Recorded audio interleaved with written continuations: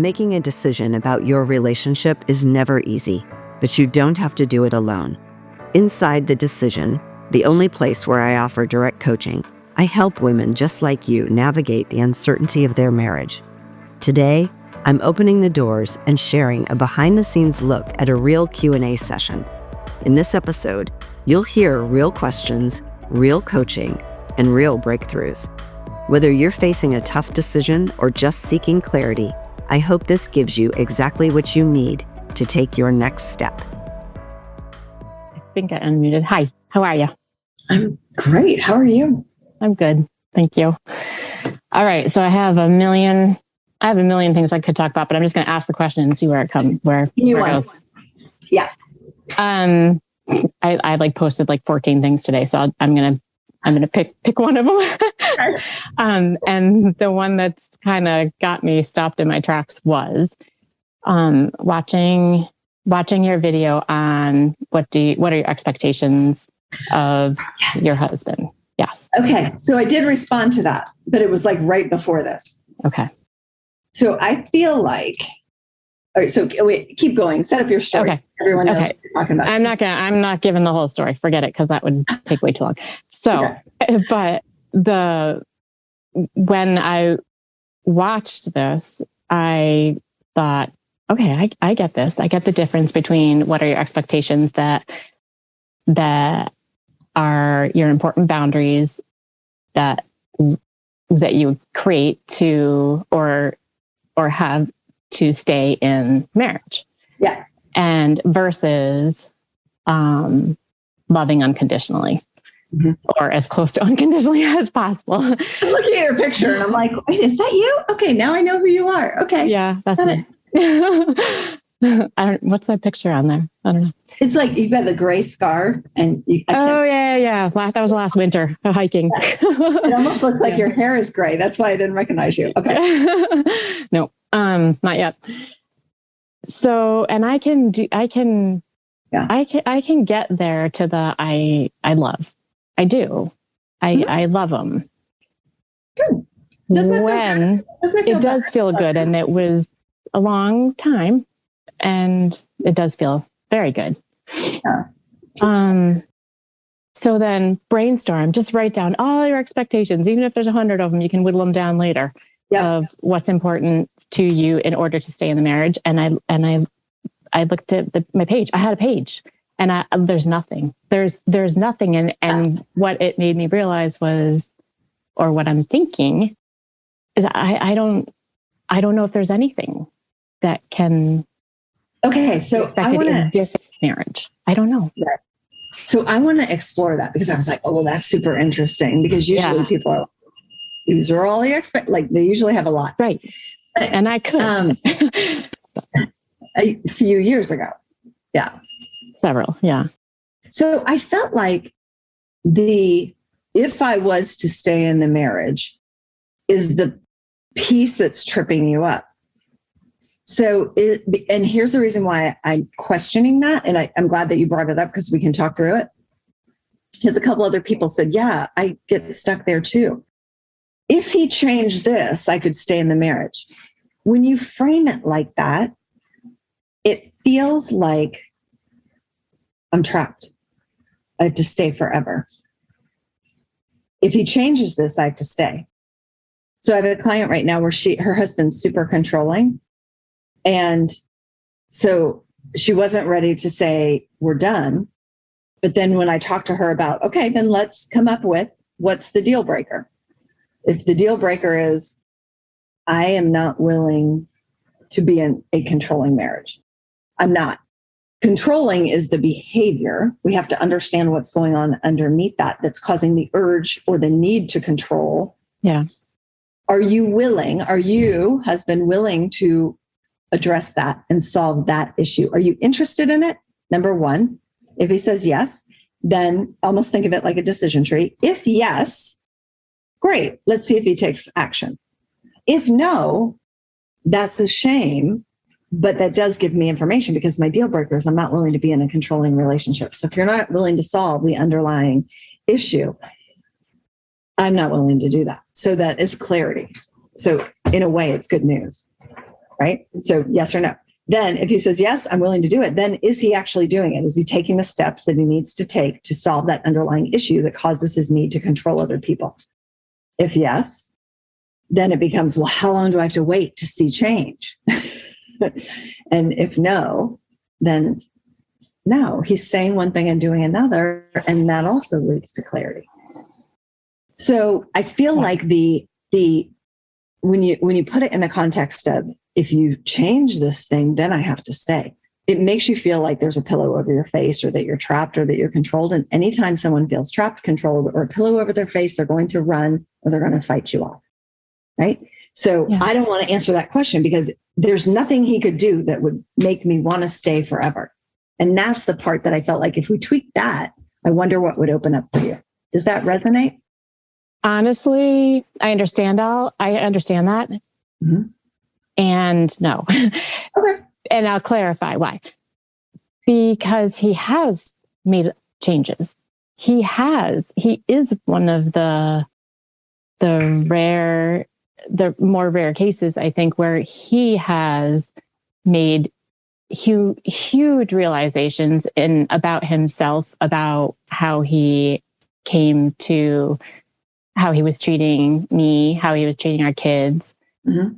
that where he learned that behavior, what he wants to do differently, how he wants to change that, how he wants to show up in his own life.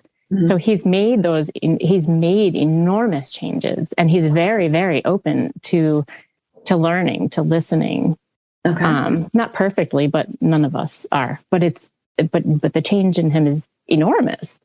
Is there anything there that he has done or that he could do that would soften your heart, that might soften your heart? There's no guarantees. He has, and it's softened. And this is what I need from you. So it has softened, and there's been occasions on this more recent journey where I've, thought, well, maybe, and okay, today and tomorrow, I'm showing up for this. Yeah. So it's not on his end anymore. Yes. It's not on his end, because he is showing up like that. It's more on my end, in that I guess I'll just say what comes to my mind is that it doesn't really matter, or it's still not affecting me. And I don't know if I guess that is, maybe my heart is hardened, but I don't feel anger anymore. And I see him caring and trying. I mean, not so much like when he doesn't see me showing up for that. He's kind of guarding himself and saying well, I'd love to show you more affection, but I'm not going to, because you don't want that from me right now. And he's right. Yeah. Yeah. Can you receive love in other ways besides affection from him? That's a really good question. Because everyone jumps to affection, which is like the Taj Mahal, the peak of the mountain. Everyone reaches for that first. And I'm like, that's the freaking hardest thing to do. I don't. Can we soften next to each other by the fireplace? Can we share our hearts? Can we have open, honest conversation even when it hurts? Can we ask? That's the part where I'm like, if we can't do that, we can't have the mountaintop sex. Yeah, and I'm not looking for that, nor is he. I mean, he believe me.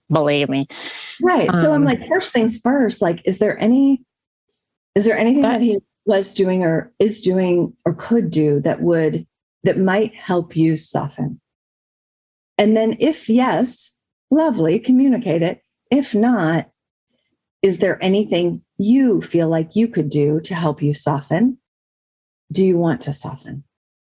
Or are you looking for a good reason to justify leaving, and he's not giving you one? He gave me lots and lots and lots. Before he changed. Now he went and changed. Now he's a good guy. Damn it. If he'd just be consistently a jerk, I'd have lots of reasons. Right. Right. And yeah, I mean, if I'm really, really honest, that hits the nail on the head. And all this work has been to try, and I'll meld in another kind of big thread to that, is that when I don't know, it was like a year ago, there was strife and we were both frustrated, and he called the kids into our bedroom and said, Mom's done. Mom doesn't think that marriage is forever. She changed her mind, or she didn't really mean it when she said I do, and things that were hurtful and damaging for kids to have to hear, I think. And he said, I want to try, and for me, forever means forever. What it looks like. I'm gonna. Yes. And Mom doesn't, and he said, and Mom doesn't want to try. And my kids latched on to that, in that not all of them, different in different ways, because they're different personalities and at different stages. But what my feedback from my kiddos were, Mom, please try. And I think for a year and seeking you and doing this work too, I feel like I'm trying, but I don't have a way to tell them, like, this is what I've tried. This is because I'm stuck there. I guess I hate to use that word, stuck in your program. Because you're operating now because of what he did, which is the most emotionally immature and destructive thing you can do as a parent, in my opinion. Mine too. I would have a really hard time going, oh yeah, let's work it out. I want to snuggle up next to you at some point. Like I'm sitting here going, oh no, we're done. Because as soon as you do that, like, how do you just be like, oh, we were just kidding that night, kids. Right. I don't know how to. Yeah. That's it's an ounce of it. I know. Yes. Okay. So, but now you're operating from the barometer of, do my kids think I've tried enough before I leave?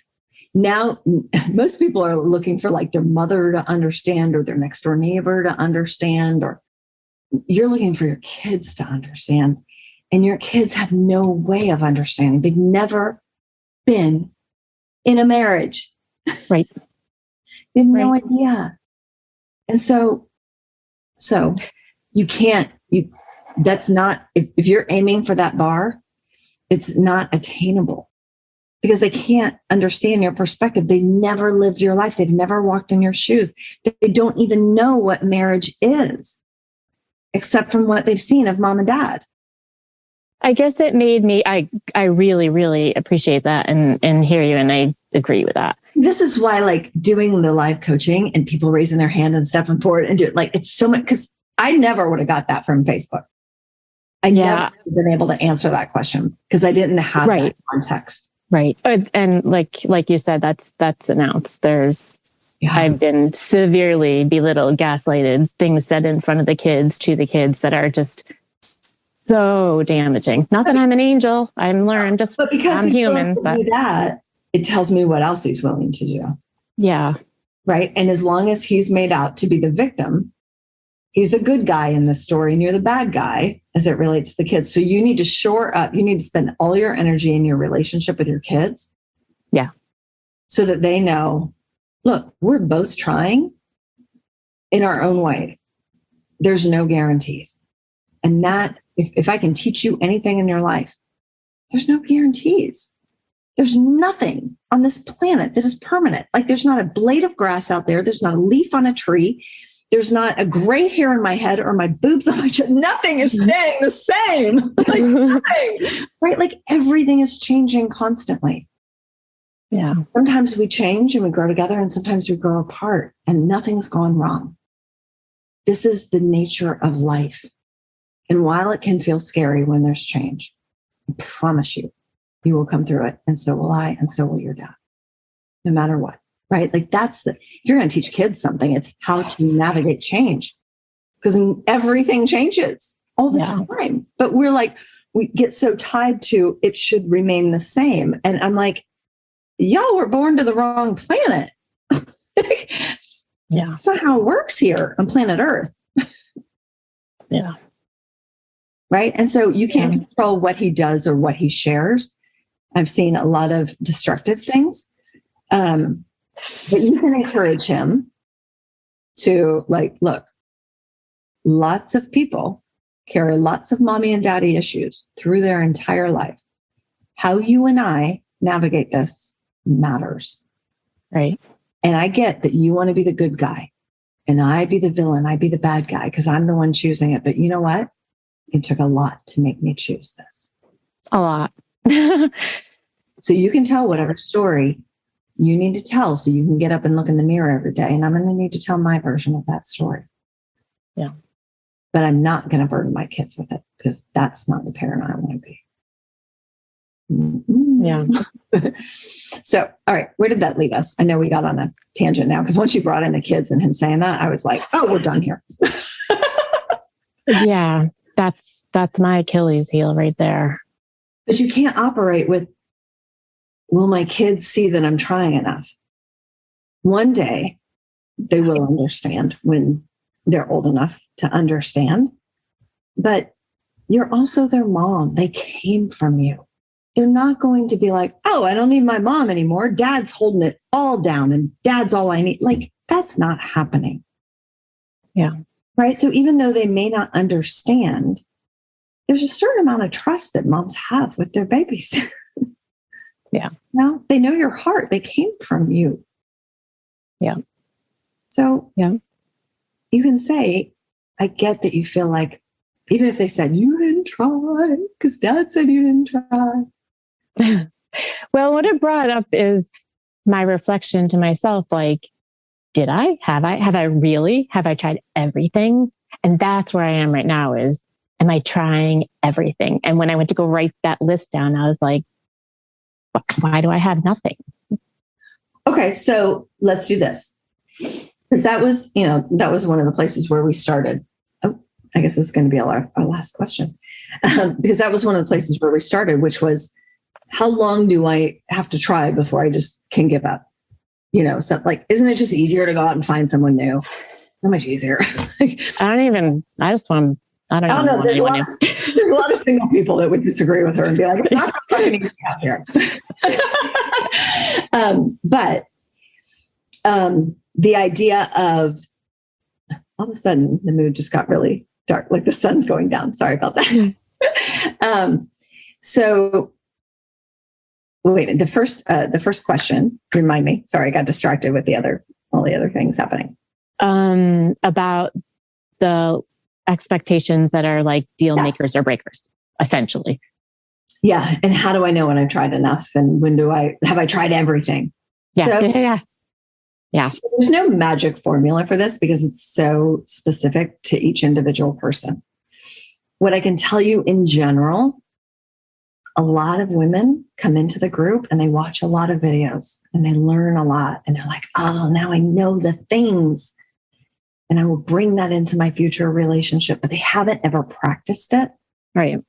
Or put it into application, particularly when it was hard to do, because we stay in our comfort zone. So, and then there's people who like really try and really apply it, whatever it is. And maybe they're only applying 3 things, but they're like, I'm going to do these 3 things like a ninja. Mm-hmm. Like, I'm just going to get good at it for me, not to make something happen. I'm just going to do it for me. Mm-hmm. Only you know. Like, sometimes I can tell from your questions, like whether they're like saying they're trying or they're really trying, but only you really know. Mm-hmm. So have you genuinely tried and applied, make it up, 3, 5 tools consistently to see, can something shift within me or between us? Is he trying? Is he making an active effort? Am I making an active effort? But if neither of us are doing anything and I'm watching videos, don't lie to yourself. Nothing's going to change. Right. Except you'll cement your decision to leave and just go find someone else where it's so much easier. But then you end up in a similar place of where it's like, oh, there's some things I have to look away from on his buffet too. Damn. Right. Yeah. So that's that you take yourself with you. So maybe just follow what I told the other lady earlier, which was, you know what? Imagine yourself a year from now. Can you look yourself in the mirror and go, you know what? I really did try. I did what I knew how to do, and I feel good about that. Did I try every single thing on the planet? Like, who does? Who does? You got to know, like, did I give it my best? And if I did, and I'm still just not there, then I think you can make peace with that. Yeah. But if you're saying I'm giving it my best, but you're not actually doing anything, eventually that's going to be like, you're going to feel like you're hiding when you're looking in the mirror. You're going to be like, you're going to tell all your friends like, oh, I gave it my best. Like, you have the facade, you've got the storyline down, but you know deep in here that you didn't. And that's where, that's between you and you.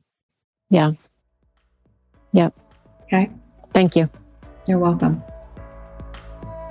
Finding clarity in your relationship is one of the most important journeys you'll ever take, and you don't have to do it alone. If you're ready for support and guidance, apply for a truth and clarity session.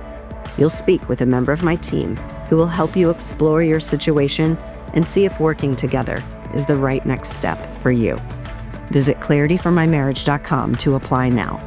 We'd love to support you on this journey.